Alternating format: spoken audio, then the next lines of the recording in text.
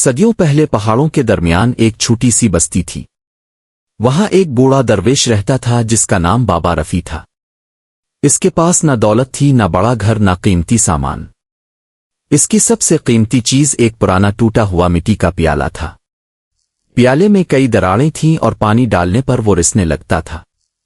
بستی کے لوگ اکثر اس کا مذاق اڑاتے اور کہتے، بابا جی، یہ پیالہ پھینک کیوں نہیں دیتے؟ بابا رفیع مسکرا کر جواب دیتے، جو چیز ٹوٹی ہوئی ہو ضروری نہیں کہ وہ بیکار بھی ہو۔ بستی کا ایک نوجوان حمزہ یہ بات سنتا رہتا مگر اسے سمجھ نہیں آتی تھی۔ حمزہ غریب تھا اور اپنی غربت سے بہت پریشان رہتا تھا۔ وہ سوچتا تھا کہ اگر اس کے پاس بہت دولت آ جائے تو لوگ اس کی عزت کریں گے اور اسے کبھی کسی کے سامنے شرمندہ نہیں ہونا پڑے گا۔ ایک دن اس نے بابا رفیع سے کہا، میں غریب زندگی سے تنگ آ چکا ہوں۔ درویش نے اپنا ٹوٹا ہوا پیالہ اٹھایا، اس میں پانی بھرا اور حمزہ سے کہا، دیکھو۔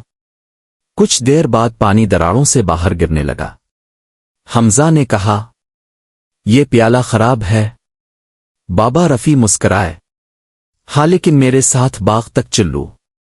دونوں چلتے ہوئے باغ میں پہنچے۔ حمزہ نے دیکھا کہ راستے کے کنارے چھوٹے چھوٹے سبز پودے اگے ہوئے تھے۔ بابا رفیع نے کہا، اس پیالے سے پانی راستے میں گرتا رہا، اسی لیے یہ پودے زندہ رہے۔ حمزہ حیران ہو گیا۔ درویش نے کہا، بیٹا، انسان بھی ایسا ہی ہے۔ ہر شخص میں کچھ نہ کچھ کمی ہوتی ہے۔ کسی کے دل میں غم، کسی کے ماضی میں غلطیاں، کسی کے حالات میں غربت۔ لیکن اللہ چاہے تو انہی کمیوں کے ذریعے انسان دوسروں کے لیے فائدہ مند بن سکتا ہے۔ حمزہ خاموش ہو گیا۔ کچھ دن بعد حمزہ کے والد بیمار ہو گئے۔ گھر میں علاج کے لیے پیسے نہیں تھے۔ حمزہ پریشان ہو کر بابا رفیع کے پاس گیا۔ بابا جی، میری دعا کیوں قبول نہیں ہوتی؟ درویش نے پوچھا، تم نے کیا دعا مانگی؟ حمزہ نے کہا کہ میرے پاس بہت دولت آ جائے۔ بابا رفیع نے جواب دیا، شاید تمہیں دولت نہیں، راستہ مانگنا چاہیے تھا۔ اگلے دن حمزہ بازار گیا۔ اسے ایک تاجر کے پاس کام مل گیا۔ حمزہ نے محنت کی اور اپنی کمائی سے والد کا علاج کروایا۔ کچھ ہی عرصے میں اس کے والد کی طبیعت بہتر ہو گئی۔ حمزہ خوش ہو کر بابا رفیع کے پاس گیا۔ درویش نے کہا، بیٹا، انسان بھی ایسا ہی ہے۔ ہر شخص میں کچھ نہ کچھ کمی ہوتی ہے۔ کسی کے دل میں غم، کسی کے ماضی میں غلطیاں، کسی کے حالات میں غربت۔ لیکن اللہ چاہے تو انہی کمیوں کے ذریعے انسان دوسروں کے لیے فائدہ مند بن سکتا ہے۔ حمزہ خاموش ہو گیا۔ کچھ دن بعد حمزہ کے والد بیمار ہو گئے۔ گھر میں علاج کے لیے پیسے نہیں تھے۔ حمزہ پریشان ہو کر بابا رفیع کے پاس گیا۔ بابا جی، میری دعا کیوں قبول نہیں ہوتی؟ درویش نے پوچھا، تم نے کیا دعا مانگی؟ حمزہ نے کہا کہ میرے پاس بہت دولت آ جائے۔ بابا رفیع نے جواب دیا، شاید تمہیں دولت نہیں، راستہ مانگنا چاہیے تھا۔ اگلے دن حمزہ بازار گیا۔ اسے ایک تاجر کے پاس کام مل گیا۔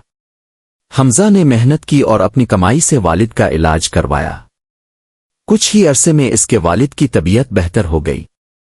حمزہ خوش ہو کر بابا رفیع کے پاس گیا۔ درویش نے کہا، دیکھا، تم نے دولت مانگی تھی مگر اللہ نے تمہیں راستہ دیا۔ وقت گزرتا گیا۔ حمزہ نے محنت سے اپنا کاروبار شروع کر لیا۔ آہستہ آہستہ وہ کامیاب ہونے لگا۔ اب لوگ اس کی عزت کرتے تھے، مگر کامیابی کے ساتھ اس کے اندر غرور بھی آنے لگا۔ وہ غریب لوگوں کو حقیر سمجھنے لگا۔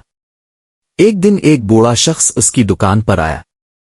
اس نے کہا، بیٹا، میرے گھر میں کھانے کو کچھ نہیں، تھوڑا سا اناج دے دو۔ حمزہ نے پوچھا، پیسے ہیں؟ بوڑھے نے سر ہلا دیا، نہیں۔ حمزہ نے اسے واپس بھیجنے کا ارادہ کیا مگر اچانک اس کی نظر ایک پرانے ٹوٹے ہوئے پیالے پر پڑی۔